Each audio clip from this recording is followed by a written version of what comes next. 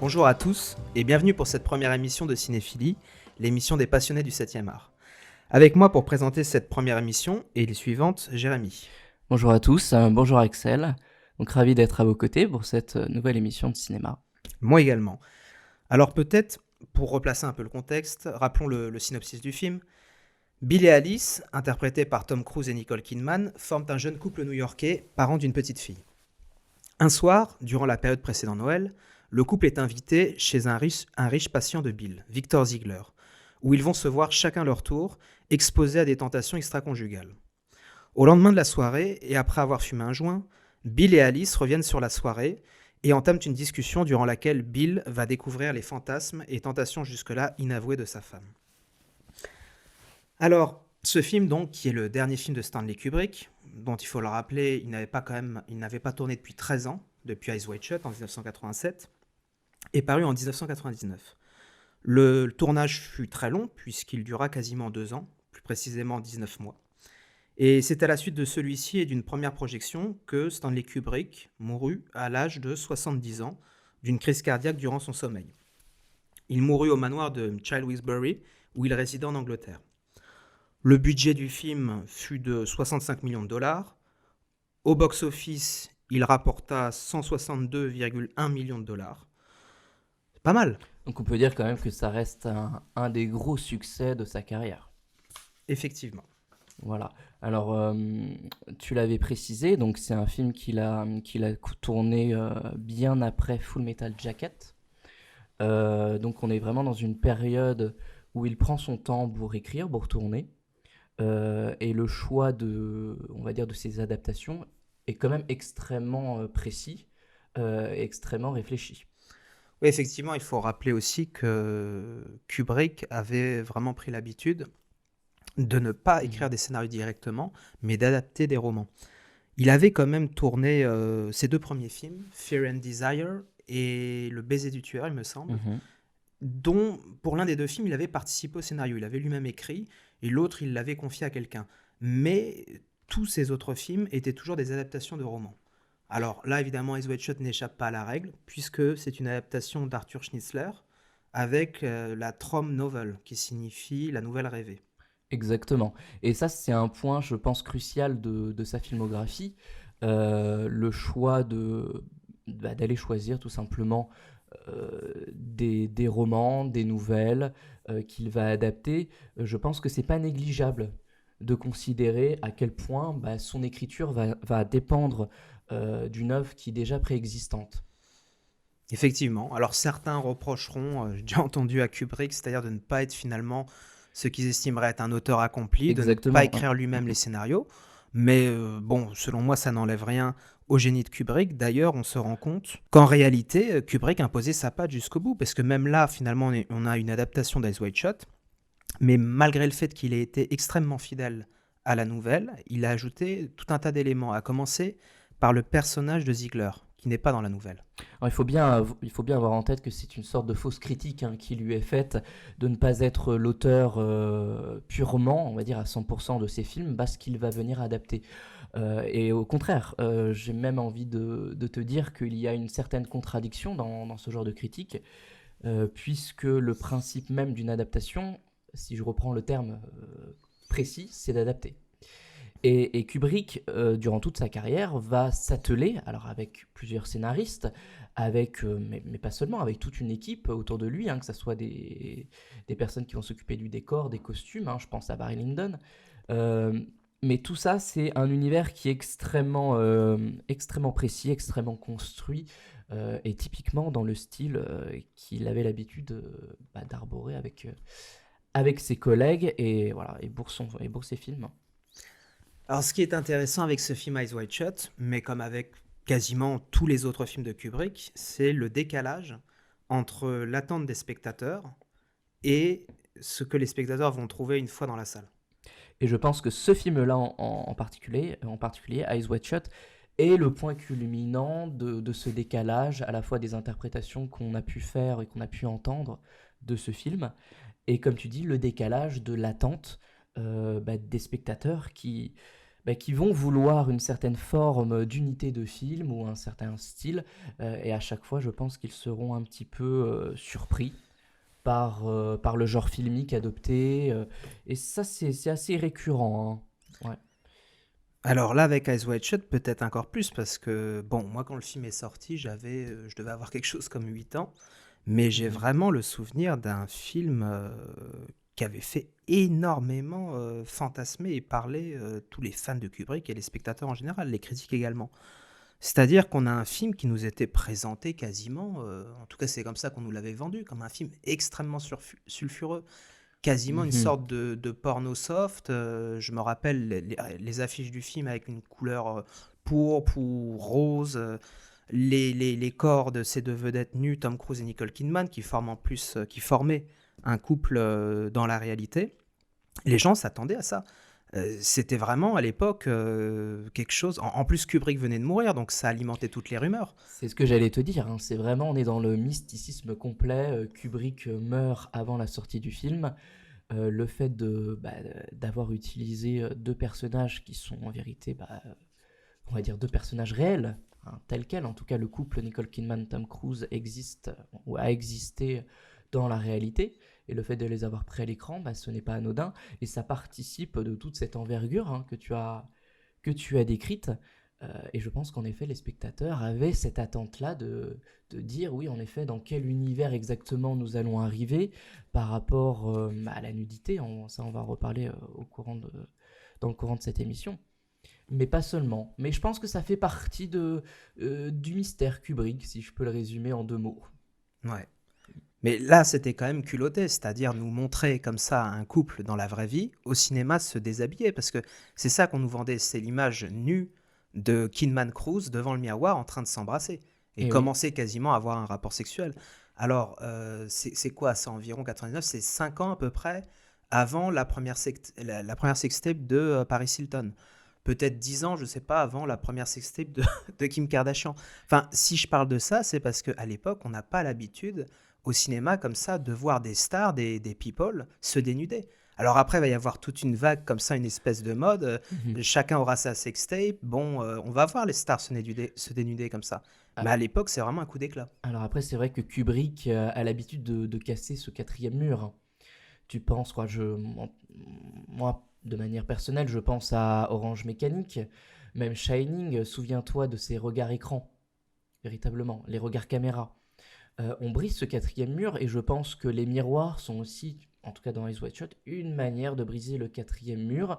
Et comme tu l'as dit, par rapport à la nudité et cette frontalité à l'écran, et en effet, hein, on est dans quelque chose qui est assez brut de décoffrage pour l'époque, et d'autant plus avec un couple de stars dont on n'imagine pas justement ce quotidien et cette nudité à l'écran de manière très très frontale. Alors si on aborde un peu les références et les influences de Kubrick, qu'est-ce qu'on pourrait dire? Alors, c'est vrai qu'il faut aller chercher du côté, en tout cas dans la première partie de sa filmographie, c'est clair qu'on a des influences du film noir. Kubrick, il faut le savoir, a été quelqu'un de très très cinéphile, donc très aguerri sur le cinéma d'époque, hein, que ce soit le cinéma américain ou autre. Mais je pense qu'on a cette configuration-là, hein. Quand tu regardes Fear and Desire, même Spartacus, on est sur le péplum typiquement américain. Donc il va aller chercher dans des grandes fresques et à la fois un cinéma peut-être plus intimiste, voilà, qu'on peut retrouver dans le film noir. Alors on sait ici en l'occurrence pour Eyes Wide Shut qu'il y avait un film que Kubrick adorait, un film français justement, un film de Claude Lelouch, La Bonne Année, avec Lino Ventura et Françoise Fabian. Et, paraît-il, il avait passé en projection aux acteurs du film La Bonne Année de Lelouch. C'est vrai qu'un film, on retrouve bien tous ces éclairages bleutés, ces ambiances nocturnes. Exactement, on est à peu près dans la même atmosphère. Alors je vais rebondir avec toi alors sur un autre film. J'ai entendu parler de ça il y a pas très très longtemps. Ça fait partie des accusations, mais on en reparlera également, hein, des différentes accusations qu'a pu subir Stanley Kubrick. Et l'une d'elles serait un plagiat du Décalogue de Kieslowski. Et me semble-t-il, le troisième épisode Un, euh, un du plagiat du Décalogue, décalogue. du troisième épisode, que Kubrick adorait, et il l'a annoncé à plusieurs reprises à ses acteurs voilà, que ce film-là avait une importance toute particulière.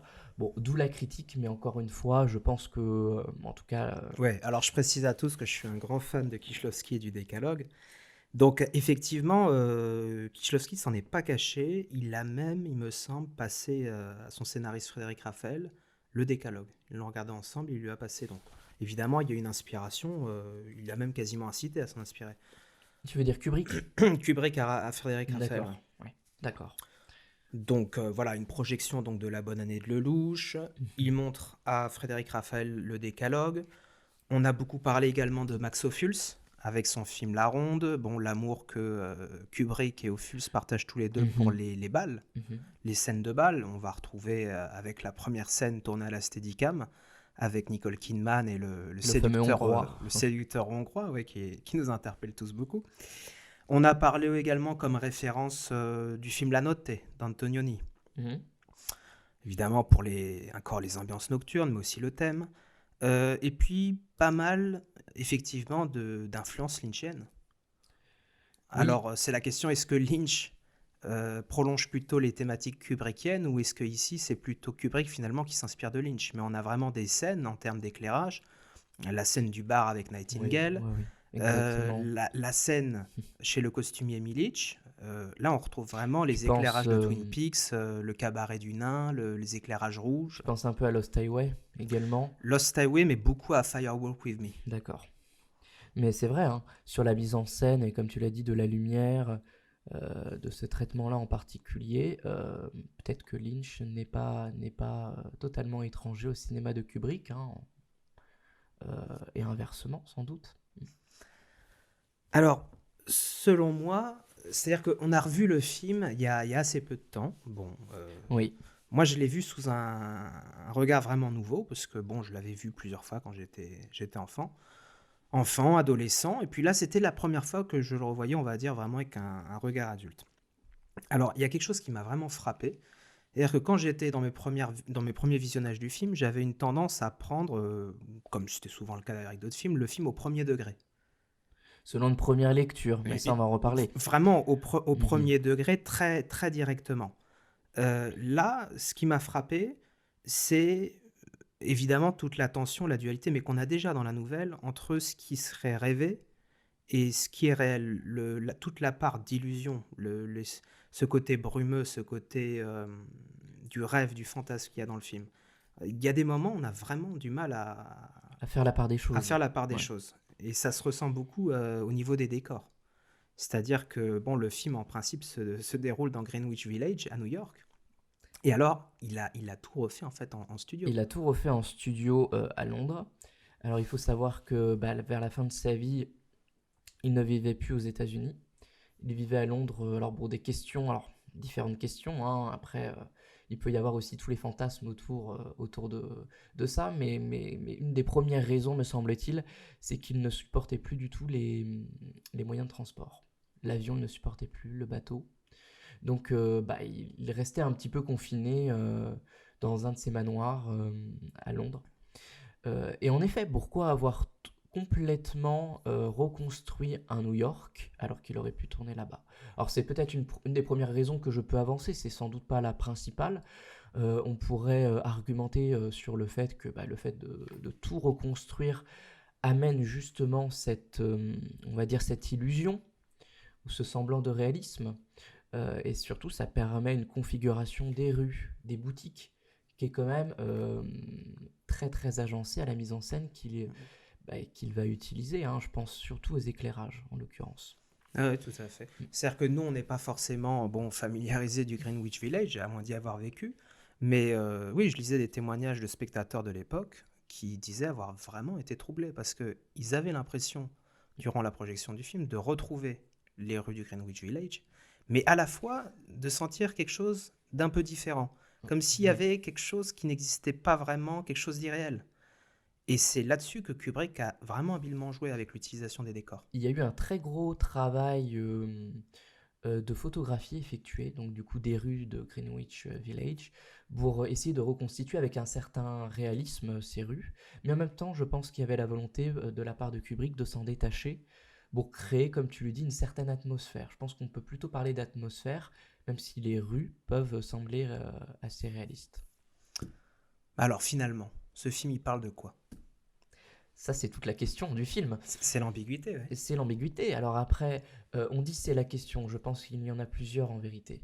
Qu'il faut éviter, et ça a été l'erreur majeure des critiques ou des différentes interprétations qui ont été effectuées à propos de ce film, de considérer que est-ce que cela est vrai ou est-ce que cela ne l'est pas.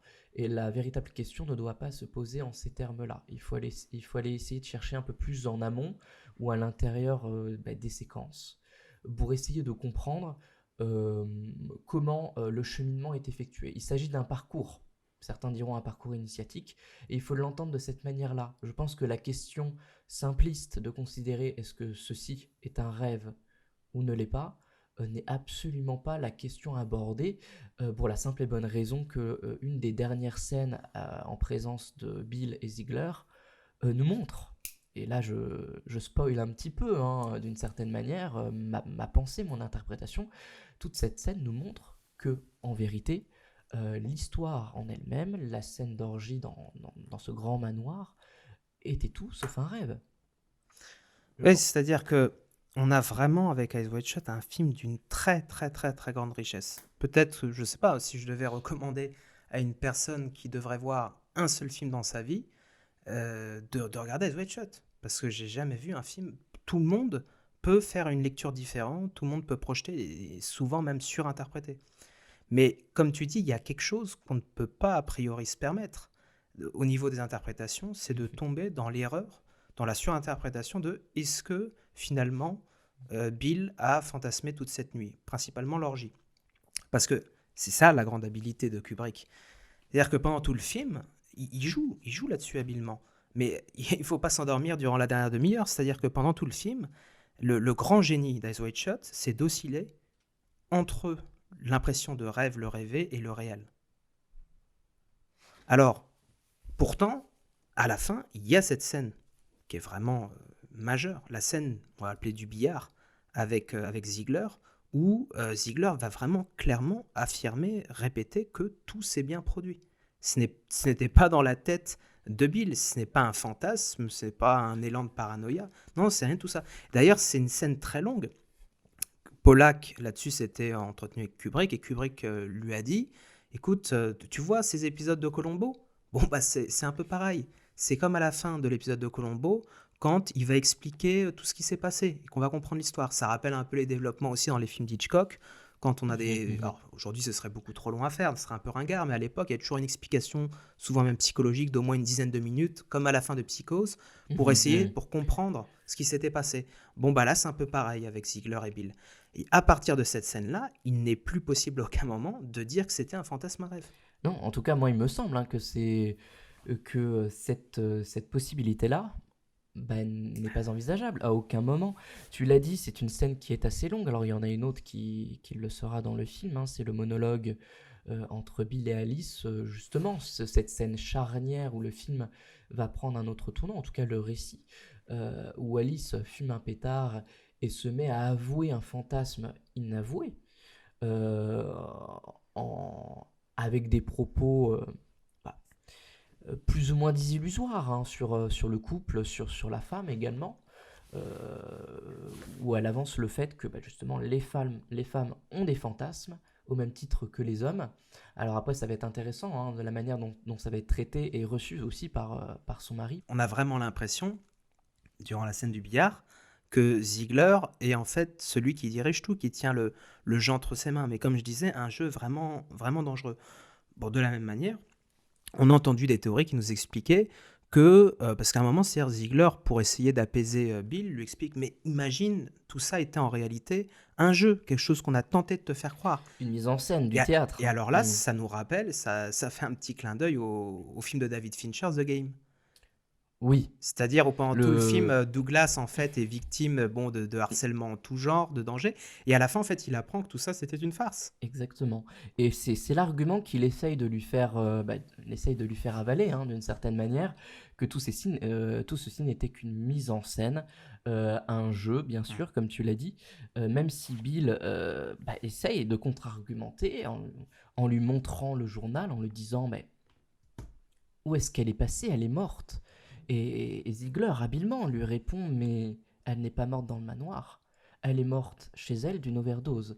Et ça fait bien sûr écho à une des premières scènes du film. Essaye de te souvenir le moment où Ziegler s'envoie cette prostituée et qu'elle fait une overdose. Il appelle Bill justement pour réparer le problème, si je peux dire ça de cette manière. Et il lui fait très certainement comprendre que tout ceci est un jeu excessivement dangereux et surtout qu'il ne s'immisce pas dans ces sphères-là. Effectivement, au niveau de ces appels dans les soirées, là encore l'écriture vraiment est passionnante. Bon, il y a beaucoup de choses qu'on retrouve dans la nouvelle de Schnitzler. Par exemple, en réalité, on comprend assez rapidement, du moins à la fin, que Bill, en réalité, est le serviteur de ces puissants. C'est là qu'il comprend à la fin qu'il est en quelque sorte un pion sur l'échiquier.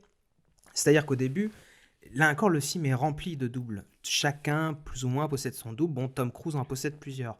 Parmi ces doubles, mais on ne le sait pas encore, justement, il y a Nightingale, son ami Nightingale. Ce qui est Dès le intéressant, début.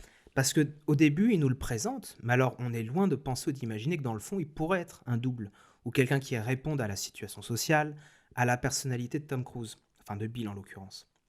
Mais c'est-à-dire que Nick Nightingale, lui, n'a pas réussi sa carrière de médecin. Il est devenu pianiste. Bon, on sent bien qu'il y a une petite gêne quand même. Lui, Tom Cruise, Bill a réussi ce que Nightingale n'a pas été capable de faire. Bon, voilà. Mais à la soirée, les deux vont se voir appeler. À un moment, ils ont une discussion entre amis qui se retrouvent et quelqu'un vient pour dire à Nick, j'ai besoin, j'ai besoin de toi, viens tout de suite. Bon, mais peu de temps après, finalement, Bill est en train de parler avec les deux. Alors, on les appelle des mannequins. Bon, Les deux mannequins. on pourra reparler à ce sujet. Moi, je pense que ce sont véritablement de véritables courtisanes, des étahirs. Mais en l'occurrence, c'est là que Bill va être à nouveau interpellé par un homme. Alors, c'est intéressant, le scénario de Raphaël, on peut le lire, ou également dans la nouvelle, on dit que c'est quelqu'un de costaud mais d'élégant. On sent qu'il y a quand même une force derrière tout ça, une force sociale, un pouvoir social qui s'impose. Et là, en l'occurrence, on rappelle Bill à l'ordre. Vous êtes avant tout le médecin des puissants, des riches. Mhm. Et c'est la remarque de Nicole Kidman qui est intéressante à la soirée. Elle lui demande, mais connais-tu quelqu'un à cette soirée et Bill lui répond donc dans la VO, not a soul, pas une seule âme, je ne connais personne. Et alors, elle lui dit, mais alors tu as une idée de pourquoi Ziegler nous invite ici chaque année? Et alors à ce moment, Tom Cruise lui répond, eh bien, c'est ce que l'on obtient quand on se déplace à domicile. Et d'ailleurs, c'est intéressant au niveau de la mise en scène parce que Nicole Kidman semble à ce moment rigoler, comme si dans le fond, elle n'y croyait pas vraiment. Plus tard, quand il parle avec les deux mannequins, la femme lui fait remarquer, lui demande, vous savez ce qui est bien avec les médecins, ce qui est intéressant? Et alors, Tom Cruise, non, dites-moi, c'est parce qu'ils sont très bien renseignés. Bah, c'est vrai, hein, c'est vrai que ça fait partie des propos qu'il tient et qu'on peut entendre. Euh, le fait qu'il participe à cette soirée, pour moi, en tout cas, là je parle d'un point de vue du récit, pardon, d'un point de vue du récit, je pense que l'histoire initiatique commence dès lors que cette soirée, c'est l'entrée du tunnel qui se terminera par, comme le disent les deux mannequins, euh, jusqu'au bout de l'arc-en-ciel. Et c'est une C'est figure d'ailleurs une référence au magicien d'Oz. qui est, qui est en premier lieu une référence au magicien d'Oz et qui dans le film va prendre différentes formes. Alors c'est très très intéressant d'un point de vue de l'éclairage. Je ne sais pas si tu te rappelles, mais ça c'est vraiment un point à analyser. C'est que dans la plupart des lieux intérieurs, mais pas seulement, extérieurs également, comme on est dans la période de Noël, on retrouve beaucoup beaucoup d'éclairages de sapins ou même dans les rues, des éclairages aux couleurs de cet arc-en-ciel. Et c'est assez frappant quand tu vois Bill déambuler la nuit, de voir à quel point il est en présence de manière omniprésente de ces éclairages. Quand il va chez la prostituée qui l'accoste, hein, dans la rue, parce que c'est un personnage qui est accosté. Les deux mannequins, cette prostituée, ou lors de la scène de l'orgie, hein. Donc c'est à chaque fois le récit nous rappelle que c'est un personnage, comme tu dis, qui doit, euh, comment dire, qui doit servir, qui doit attirer et qui doit être attiré d'une certaine manière.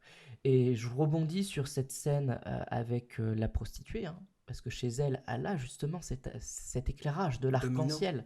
Alors bien évidemment, oui, cette prostituée qui Encore s'appelle un drôle de Domino. nom, parce que ça nous renvoie encore au jeu.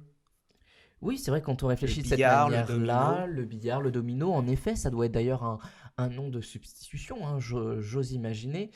Bien sûr, l'arc-en-ciel, bah, voilà, si on décide d'être un petit peu plus concret, bah, c'est le nom de cette boutique où il va louer son costume.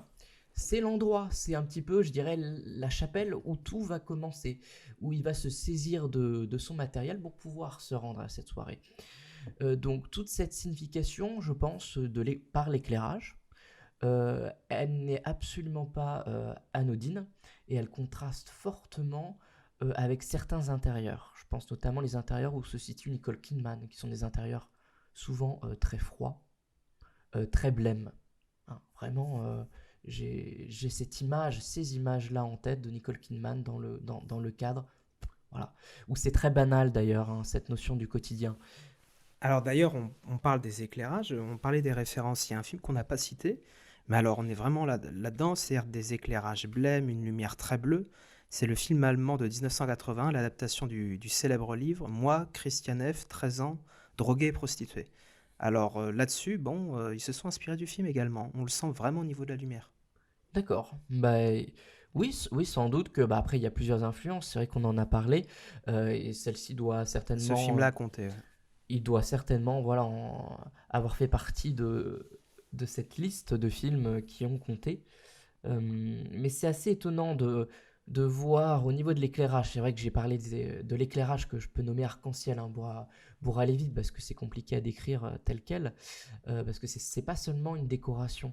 Ça serait bête de l'envisager de cette manière-là, mais on retrouvera également dans le film tout un contraste entre le bleu et le rouge. Le rouge va désigner ces intérieurs assez chauds, la couleur de la porte justement de Domino, quoi, de la porte d'entrée du bâtiment est rouge. C'est une couleur qui va attirer, qui attire l'œil. Comme je le disais tout à l'heure, Bill est un personnage qui doit être attiré, qui doit être pas emprisonné mais attiré. Et au contraire, on retrouve cette lueur bleue qui va être associée soit au fantasme. Souviens-toi à ces scènes de flashback entre, euh, entre Alice et son fameux marin. C'est une lumière qui est très très bleutée. Également aux fenêtres. Donc c'est quelque chose qui a à voir avec ce qu'on disait, l'onirisme, l'illusion. Et le rouge vient rappeler la chaleur de l'intérieur. Et ce contraste est absolument étonnant puisqu'il apparaît dans énormément de scènes comme une tension entre l'intérieur et l'extérieur. C'est également des éclairages que Kieślowski apprécie beaucoup. Alors, d'ailleurs, concernant les tentations de Tom Cruise au long du film, c'est intéressant parce que finalement, Tom Cruise, si je veux dire ainsi, va rentrer en tentation, principalement à partir du moment où sa femme Nicole Kidman va lui faire ses aveux. C'est-à-dire qu'il va éprouver tout d'abord une sorte de rage, de colère, de frustration, mais il va également vouloir explorer ses propres fantasmes. Et il est intéressant de voir que le personnage subit quand même plusieurs attaques sur sa virilité. C'est pas du tout un film qui est agréable, on va dire, pour la virilité. C'est-à-dire que déjà, tout au long du film, bon, Tom Cruise pleure beaucoup. Il a pas mal de moments comme ça d'effondrement. Durant la scène du pétard, bon, bah, Nicole Kidman est vraiment très, très cruelle avec lui. Elle a comme ça aussi une façon de se moquer de lui, une volonté de le déviriliser. Mais le film se poursuit et on a comme ça d'autres attaques sur la virilité de Bill. Dans la rue, il va croiser une bande d'étudiants qui vont lui lancer des jurons homophobes en l'occurrence. Mhm. Bon, deuxième attaque sur la virilité. Après sa femme, des jeunes dans la rue. Ça, c'est quelque chose qu'on retrouve d'ailleurs à la base dans la nouvelle de Schnitzler.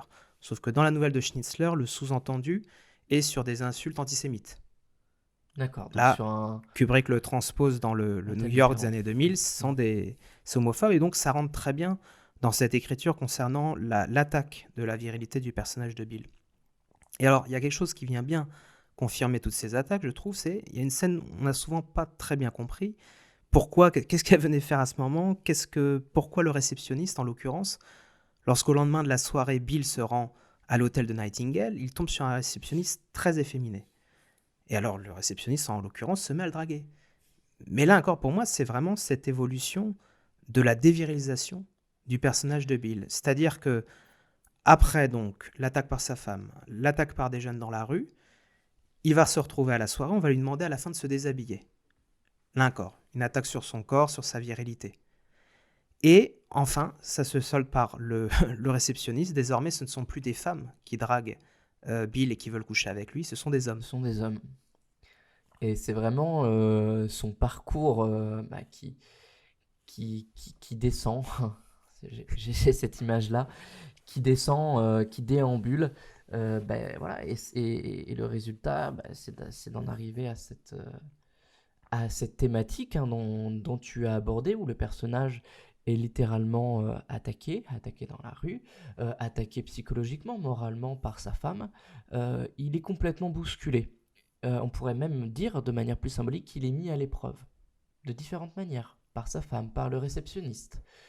Euh, donc c'est assez intéressant de voir à quel point cette dualité va être mise en place par Kubrick et à quel point le personnage va être confronté à toutes ces choses et comment est-ce qu'il va vouloir et pouvoir s'en sortir. Alors, ce qui est intéressant, notamment, c'est de faire une lecture, on va dire, éclairée de la nouvelle, la Trome Novel, c'est-à-dire que dans le roman, finalement, la scène, alors là, qui va être une scène du joint dans le film, est quand même différente. C'est-à-dire que dans le film, je trouve que le personnage d'Alice est extrêmement cruel. C'est-à-dire qu'on a souvent reproché à Kubrick de faire des films qui ne mettaient pas vraiment à l'honneur les femmes, de voir plutôt la femme comme un objet, ou des femmes comme Marissa Berenson dans Barry Lyndon, une femme silencieuse.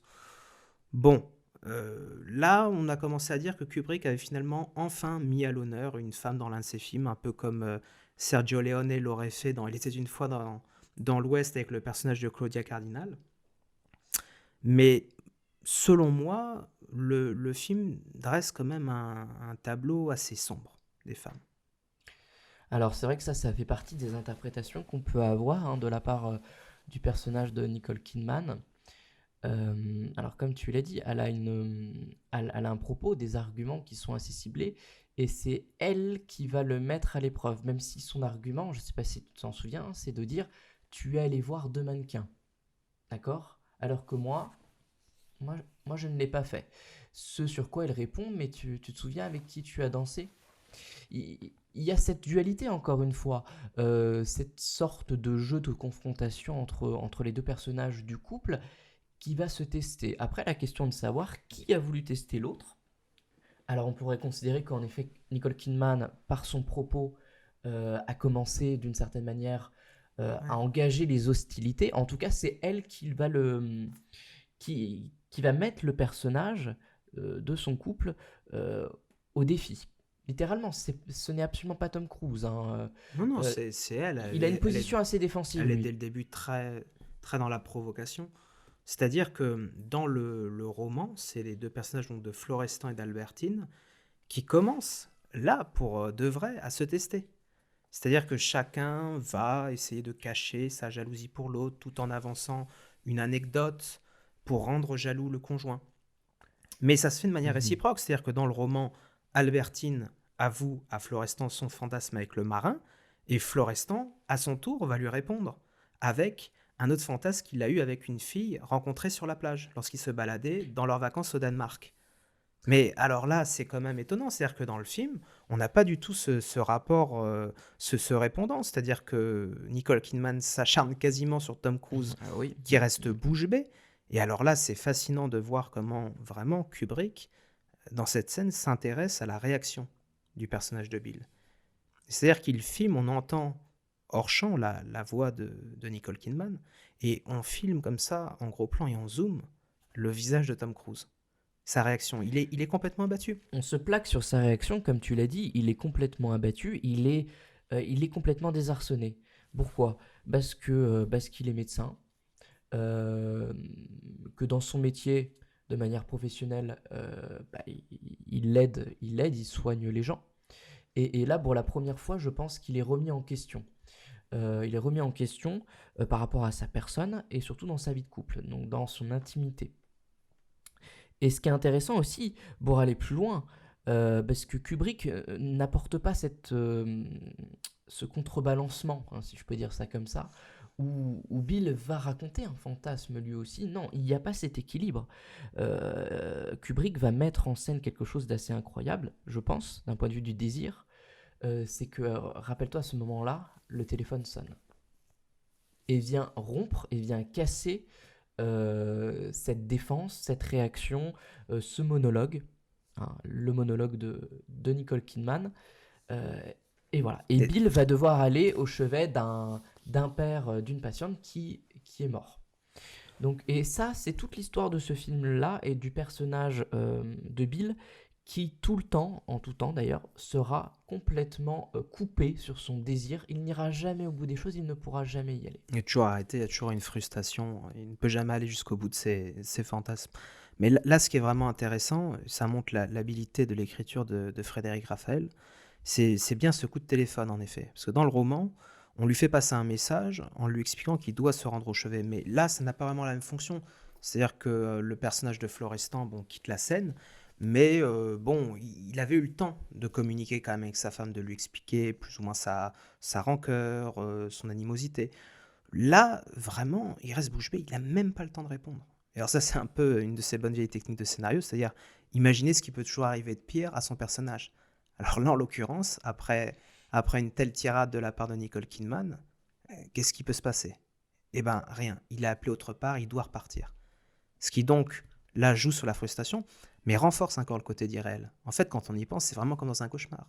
On cherche à avancer, on cherche à courir, mais on ne peut pas, on fait du surplace. Exactement, c'est On vrai que si on cherche à prend cette répondre, image. on cherche à réagir, et Mhm. rien ne sort. Et quand on voudrait répondre et réagir, on est amené ailleurs. Et justement, il est amené ailleurs. Il est amené vers un autre intérieur euh, qui sera différent. Mais on a parlé de la question des doubles, et c'est justement là, je pense, où les doubles vont se cristalliser.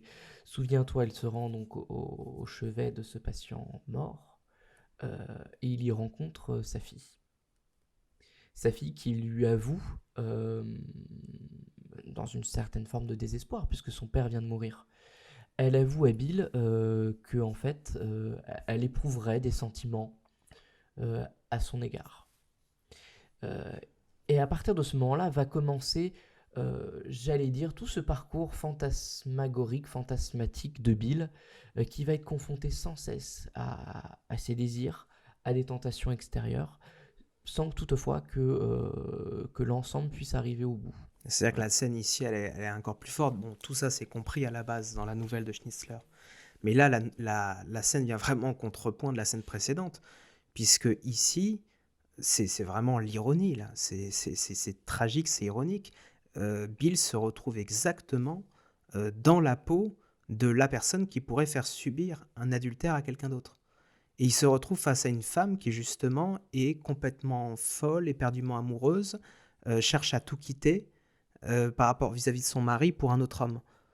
D'ailleurs, la femme, ici c'est le personnage de Marion, ressemble, bon, c'est pas non plus Nicole Kidman physiquement, Non, mais elles sont toutes les deux assez blondes, elles ont les cheveux attachés, il y a évidemment un double physiquement, elles se ressemblent beaucoup. c'est évident. Et c'est ça l'ironie, c'est que Tom Cruise, il a à peine eu le temps d'atterrir, qu'il tombe déjà dans une scène où il va se retrouver lui-même acteur d'un de ces types de fantasmes adultérins, on va dire. Le pouvoir d'adaptation des personnages, de pouvoir se projeter à travers un autre intérieur, à travers un autre couple, est extrêmement fort. Et comme tu le disais, bah là, il va être confronté dans la situation inverse au fantasme et au fait de faire subir justement cette transgression, cette infidélité.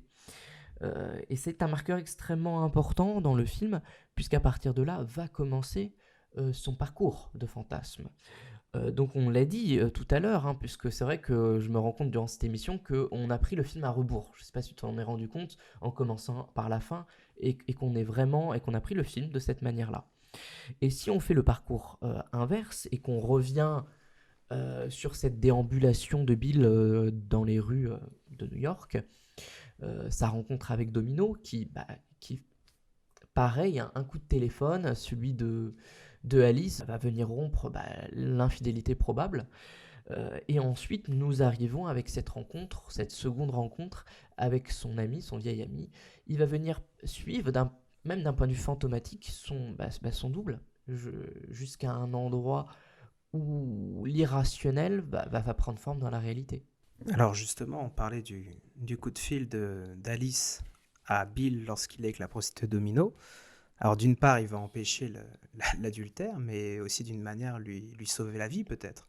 Puisqu'il faut rappeler qu'à la fin du film, on apprend que Domino est atteinte du sida. Que se serait-il passé si Bill avait couché avec Domino? Aurait-il eu un rapport protégé? Aurait-il eu contamination? Elle lui a peut-être aussi sauvé la vie. C'est ça l'ironie tragique qu'on comprend à la fin. Mais j'aimerais revenir sur le personnage justement d'Alice, qui pour moi est vraiment fascinant, parce que finalement, Bill semble, tout au long du film, extrêmement naïf. Il apprend, il découvre, c'est un peu comme dans Casse-Noisette, c'est-à-dire que, opéra qui est justement cité dans le film, ça va être l'initiation d'un enfant vers l'adolescence. Alors lui, Bill, on ne sait pas trop où il est, si c'est l'enfance, l'adolescence, l'âge adulte. En tout cas, toujours est-il qu'il y a plein de choses qu'il ignore, ou qu'il ignore encore. Il a les yeux vraiment grands fermés. Mais sa femme en l'occurrence Alice, elle, pour moi, c'est le thème principal du film, elle est la lucidité incarnée. Nicole Kidman, vraiment du début à la fin, Kubrick s'amuse à mettre tout ça en scène, très bien d'ailleurs, c'est la lucidité, l'hyper-lucidité, le sixième sens féminin de Nicole Kidman. Alors, on parlait de la scène de prostitution, c'est-à-dire qu'au moment où en effet Tom Cruise s'apprête à tromper sa femme, on a l'impression par le montage qu'elle l'a senti. Il y a quelque chose de surnaturel dans la scène, on a l'impression qu'elle a senti ça et elle l'appelle. Et elle le reprend comme un enfant qui est sur le point de commettre une bêtise, et puis lui, tout honteux, on a vraiment l'impression qu'elle sent les choses dans ce film. Pareil, quand Bill revient de la soirée, et qu'il a donc assisté à l'orgie, Nicole Kidman, elle, Alice, vient de faire un rêve. Un rêve où justement, elle aussi, elle se trouve dans l'équivalent d'une orgie, c'est-à-dire qu'elle couche avec tout un tas d'hommes. Et elle se moque de Bill d'ailleurs. Alors là, c'est quand même aussi impressionnant. On a l'impression qu'inconsciemment, ayant senti la présence de Bill à la scène d'orgie ce soir-là, elle a également rêvé d'une scène de ce type. Alors, je suis entièrement d'accord avec ce que tu dis. Il est clair que le personnage d'Alice possède cette extra-lucidité, qu'elle vient en dernier rempart, hein, au désir, au fantasme de Bill, et qu'elle vient arrêter en quelque sorte le parcours à un moment donné où cela peut être critique pour leur couple. Alors, et c'est d'ailleurs intéressant de voir à quel point on a une sorte d'inversion entre le début et la fin. Que Nicole Kidman vient, on va dire, percuter sensiblement son mari sur un certain nombre de thèmes, de sujets, alors que lui était confortablement installé, hein, pareil, j'emploie des métaphores, était confortablement installé dans leur couple, et qu'elle vient le bousculer. Mais on se rend compte que, d'une certaine manière, elle est la gardienne, la protectrice de leur couple, puisqu'à chaque fois qu'en effet le désir de Bill auquel il sera confronté pourrait être dangereux, eh ben son sixième sens, comme tu disais, va venir interrompre le tout. Et ça, c'est quelque chose d'assez caractéristique, hein, par rapport à son personnage, et qu'il est important justement de souligner. Finalement, on pourrait dire, presque ironiquement, qu'elle possède le Shining, Alice. C'est vrai, si on fait une petite référence également à Kubrick, elle possède le Shining. C'est un film, en fait, Eyes Wide Shut, qui est vraiment truffé d'autoréférences de Kubrick à son œuvre. Ça, c'est fascinant. Il y a déjà cette histoire de Shining avec Alice. On retrouve chez Milic, la fille, il y a vraiment une véritable Lolita. Durant plusieurs scènes, on retrouve vraiment l'esprit des scènes de bal de Shining, dans le cabaret avec Nightingale. Euh, Alors ça, c'est intéressant. J'ai appris également que le masque que porte Bill durant la soirée d'orgie est en fait le moule qui avait été utilisé pour le personnage dans Barry Lyndon. Intéressant à savoir, du coup. Donc, grosse référence là encore à la filmographie de Kubrick, avec le film Barry Lyndon. Et c'est intéressant ce masque, parce qu'il dénote vraiment par rapport aux autres. Il a quelque chose de très doux. Quasiment, moi Il, je le il trouve est, quasiment de féminin. il est très très différent, et comme tu le dis, hein, pour reprendre la thématique abordée, que c'est un personnage qui va être abîmé dans sa virilité, ce masque euh, ne peut être que visible dans cette scène d'orgie, on en reparlera. Euh, mais il est clair qu'au final, on ne pouvait que le remarquer, on ne pouvait pas passer inaperçu. Et pour rebondir également par rapport à l'extra-lucidité d'Alice, parce qu'il y a aussi un certain nombre de choses hein, qui peuvent être intéressantes d'aborder, euh, notamment le moment où tu le disais, Bill craque, pleure, et qui fait la confession à sa femme que bah, lui aussi finalement, voilà, il n'est pas insensible et qu'il n'est pas complètement étranger au désir et au fait de pouvoir être soumis à ses désirs et à un certain nombre de tentations. Du coup, je repense à cette scène vers la fin où il voit le masque, son masque qui est à côté de Nicole Kidman. Et c'est à partir de ce moment-là qu'il craque. Parce que pour le coup, sans jeu de mots, hein, il est démasqué. Tout ce qu'il a cherché à masquer, à absolument pas ne dévoiler à sa femme durant la soirée, donc toutes ses tentations, hein, durant ses déambulations nocturnes, bah, il se sent complètement, une fois de plus, désarçonné. Et en fait, il avance sans protection. Lui, le médecin, pour qui certainement tout réussit, euh, qui n'a pas de difficulté particulière, qui ne se sent pas de difficulté également particulière, qui lui répond, euh, qui argumente auprès de Nicole Kidman, auprès d'Alice, sa femme, que en fait, il n'éprouve pas de jalousie parce qu'il l'aime, tout simplement, et qu'elle elle lui répond que justement l'amour ne suffit pas. Qu'il devrait se méfier et comprendre cette méfiance. Et tout le but peut-être de ce parcours initiatique, c'est d'envisager que les choses ne sont pas acquises, que son couple n'est pas acquis, et qu'il fasse l'effort de considérer qu'à n'importe quel moment, il pourrait y avoir un jeu dangereux. Voilà. Et ça va faire bien sûr partie de l'interprétation euh, qu'il y a et que l'on pourra avoir en particulier à la fin de la première partie, euh, à travers la scène d'orgie hein, qui va être reliée à un certain nombre des thèmes dont on a abordé, hein, je pense notamment aux femmes et à la nudité, mais également, je dirais, au thème pilier, au thème central, qui selon moi est le regard. C'est un thème absolument récurrent dans l'œuvre cinématographique de Kubrick. J'en ai parlé tout à l'heure en début d'émission lorsque j'ai dit que certains des personnages venaient casser le quatrième mur en faisant un regard caméra. Soit Jack Nicholson lorsqu'il a ce regard de folie, voilà, et qui nous regarde droit dans les yeux. Ça peut être également dans Orange Mécanique, le personnage principal. Euh, voilà, de la même manière, hein, vraiment en symétrie. Ben là, on a aussi un regard qui n'est peut-être pas un regard caméra, mais qui est un regard miroir, et qui, par un jeu de miroir, devient un regard, je dirais, frontal avec le spectateur. Et il faut comprendre cette frontalité à travers ce jeu de miroir. Alors concernant cette scène du miroir, d'ailleurs, il y a, comme Eyes Wide Shut est un film très riche, il y a beaucoup, beaucoup d'interprétations. Là encore, finalement, y a-t-il vraiment scène de sexualité? Bon, euh, c'est pas bête de voir cette scène finalement peut-être comme un pur fantasme de Nicole Kidman. Parce qu'en effet, elle est attirée par son regard dans ce miroir. Elle se regarde plus elle qu'elle ne regarde son mari. Et d'ailleurs, le choix de la mise en scène de Kubrick nous invite à voir les choses de cette manière, puisque on voit Tom Cruise principalement filmé à travers son reflet dans le miroir, et à travers donc ce que Alice semble voir de lui. En tout cas, que la scène ait vraiment eu lieu dans la diégèse du film ou non, ce serait véritablement le fantasme idéal de Nicole Kidman, c'est-à-dire de se sentir aimée et désirée par son mari. Parce que tout au long du film, finalement, c'est une femme qui est un peu...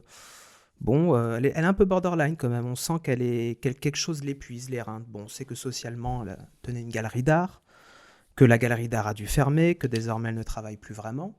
Mais on sent qu'elle souffre du regard de son mari. C'est-à-dire que dès le début, le scénario de Raphaël montre très bien les enjeux et le rapport entre les deux personnages. C'est-à-dire que Nicole Kidman demande à être regardée par son mari, par Bill, et Bill la regarde à peine. Comment sont mes cheveux? Comment je suis? Oui, tu es très belle, mais non, tu m'as à peine regardé. Bon. Dès le début, finalement, Bill ne la regarde pas. Et elle, toujours, elle a cette lucidité. C'est-à-dire que Bill, lui, on a l'impression qu'il ne voit rien. Il ne sait pas où est son portefeuille. Et on entend au loin hors champ la voix de Nicole Kidman qui, elle, sait. Elle sait où sont les choses. C'est toujours ce personnage jusqu'au bout de la lucidité. Et oui. Il est dans la chambre à coucher. Et alors ça, c'est vraiment une phrase très importante parce que ça pose tout de suite les rapports dans le couple entre la sexualité et l'argent. Les rapports entre le mariage et les finances. Alors bon, cette scène dans le miroir, moi j'aime bien imaginer qu'elle est peut-être un pur fantasme de l'imagination de Nicole Kidman. Vraiment intéressant ce que tu dis, hein, pour rebondir pour le coup sur tes propos. Moi, je vais essayer d'aller un petit peu derrière la caméra, donc du côté de Kubrick, pour voir justement comment il le filme.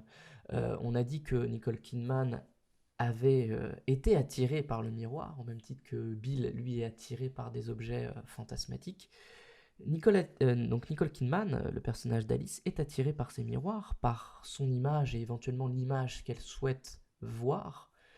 Euh, et ce qui est assez primordial, je pense, dans la mise en scène de Kubrick, c'est son regard à lui. C'est-à-dire quel regard il va poser sur Alice.